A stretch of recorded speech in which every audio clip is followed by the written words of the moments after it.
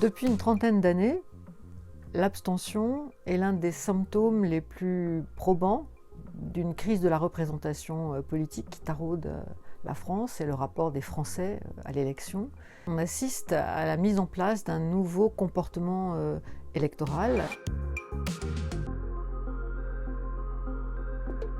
L'abstention augmente sous la Ve République. Bon, il y a eu des pics importants d'abstention en 1969, mais c'est parce qu'au second tour, la gauche n'était pas représentée, mais aussi en 2002, élection qui a marqué ce séisme électoral.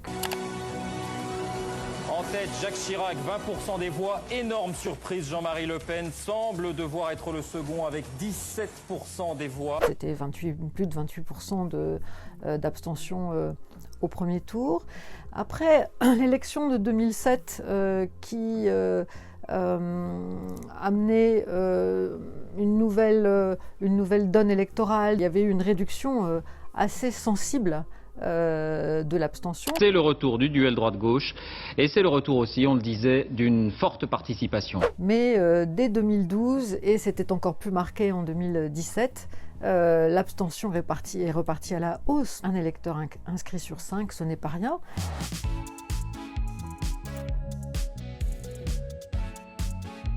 Alors les raisons de cette abstention sont assez diversifiées. On parle souvent d'ailleurs du puzzle de la participation électorale. La mobilité géographique, la nécessité de s'inscrire très en amont de l'élection sur les listes électorales, l'absence de vote par correspondance. Mais ce qui compte, ce sont plutôt des raisons conjoncturelles liées à la crise de la représentation politique. Le vote est de moins en moins un comportement que l'on effectue par devoir, de plus en plus un comportement que l'on revendique comme un droit, et donc avec ce droit aussi le droit de ne pas voter. Il faut que les électeurs puissent penser que leur vote va servir à quelque chose pour qu'ils se déplacent.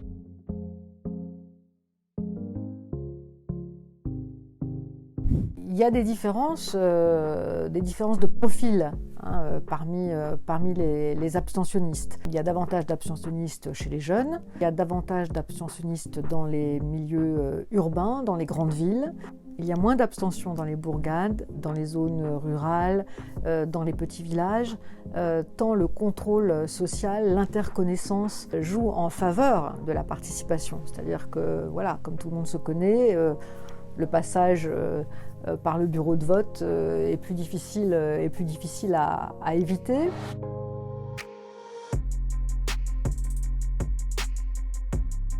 C'est une période où on n'est pas encore inséré dans la vie sociale, économique, professionnelle. C'est un moment que j'ai appelé le moratoire électoral des années de jeunesse, dans un contexte de forte défiance à l'égard de la représentation politique, à l'égard du personnel politique.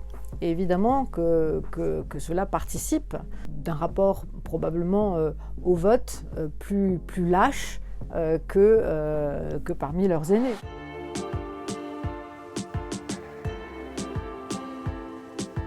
Probablement dans le renouvellement générationnel, l'abstention maintenant va effectivement faire partie intégrante de la panoplie des usages démocratiques. Et probablement, cette abstention va être de plus en plus marquée parce qu'elle est évidemment portée par les futurs citoyens de demain, soit les jeunes générations d'aujourd'hui.